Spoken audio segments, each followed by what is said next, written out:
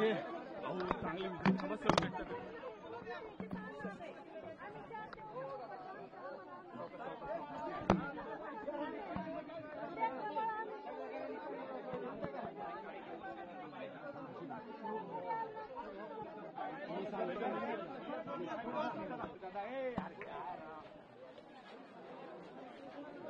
चल चल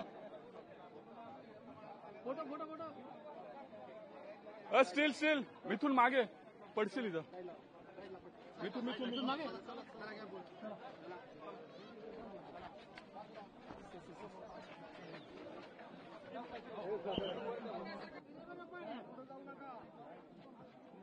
दादा हो ढकलू नका.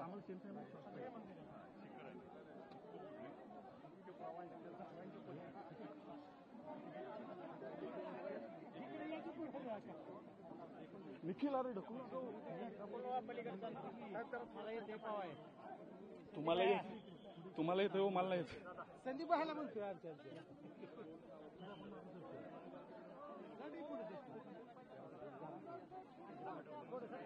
नको नको नको नको नको.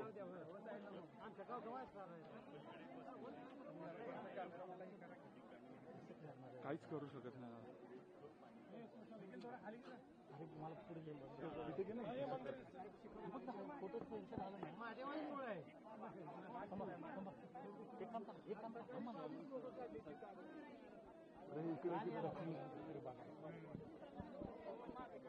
अहो माग सरका.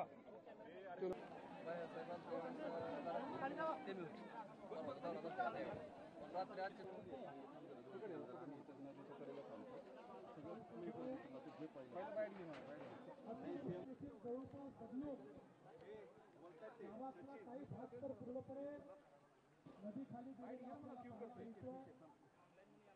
लोकांच्या घरामध्ये देखील मोठ्या प्रमाणात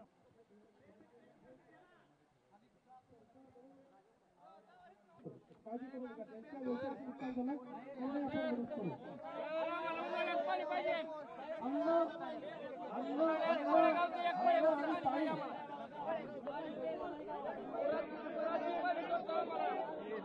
अन्न आणि पाण्याची सगळी व्यवस्था ही जिल्हा प्रशासनात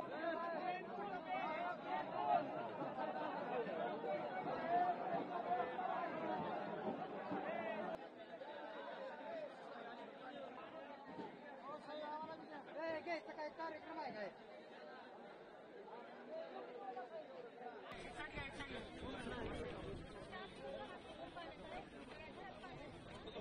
काय फोटो फोटो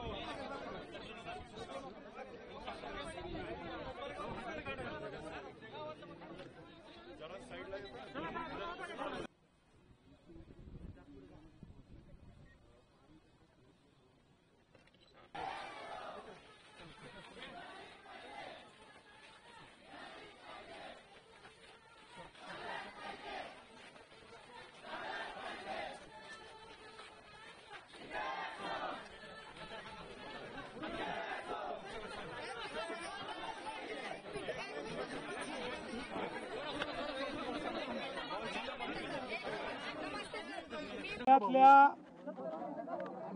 विशेषतः या म्हाडाच्या भागामध्ये काही गावांना आम्ही आता भेटी दिलेल्या आहेत. मोठ्या प्रमाणात पुरामुळे हानी झालेली आहे. शेतीचं तर नुकसान आहेच, पण घरांमध्ये पाणी गेल्यामुळे अन्नधान्याचं घरातल्या सामानाचं देखील मोठ्या प्रमाणात नुकसान झालंय. आता आपण ज्या ठिकाणी आहोत तिथे मागच्या भागामध्ये जवळपास एक पूर्ण वसाहत जी आहे छोटी ती पाण्याखाली बुडलेली आहे. 22 लोकांना रेस्क्यू देखील एनडीआरएफने केलेला आहे. मुळात एनडीआरएफने चांगल्या प्रकारे हे रेस्क्यू ऑपरेशन या ठिकाणी चालवलं आहे. नागरिकांमध्ये फार चिंता आहे, आक्रोश आहे, कारण मोठ्या प्रमाणात नुकसान झालेलं आहे. राज्य सरकारच्या वतीनं आम्ही तातडीनं मदत सुरू केली आहे. कालही आम्ही जवळपास 2000 कोटी रुपये रिलीज केलेले आहेत आणि शेतकऱ्यांना तर आम्ही मदत करणारच आहोत, पण त्याचसोबत आम्ही ज्यांच्या घरांचं नुकसान झालेलं आहे, ज्यांच्या अन्नधान्याचं नुकसान झालं आहे, अशांना देखील आम्ही मदत करणार आहोत. शासनाने हा निर्णय केलेला आहे की कुठलेही अधिकचे निकष न लावता आणि कुठे आवश्यकता असेल तर निकष शिथिल करून नागरिक केंद्रित मदत करायची आहे. केवळ नियमांवर बोट न ठेवता नागरिकांना आणि शेतकऱ्यांना मदत होईल, शेतमजुरांना मदत होईल अशा पद्धतीनं मदत करण्याचे निर्देश आम्ही दिलेले आहेत. आणि पहिल्यांदाच आपत्ती सुरू असताना ऑलरेडी आम्ही पैसे रिलीज करणं सुरू केलेलं आहे. दिवाळीच्या पूर्वीच आम्ही सगळ्यांना या ठिकाणी मदत करणार आहोत. ओला दुष्काळ ही आपली बोलीभाषेतली टर्म आहे, पण पावसामुळे जे जे नुकसान झालेलं आहे ते सगळ्या नुकसानाची भरपाई आणि साधारणपणे टंचाईच्या परिस्थितीमध्ये आपण शेतकऱ्यांना ज्या सवलती देतो त्या सवलती अशा सगळ्या आम्ही द्यायचा निर्णय केलेला आहे. त्याच्यामुळे सगळ्या प्रकारच्या सवलती आम्ही देऊ.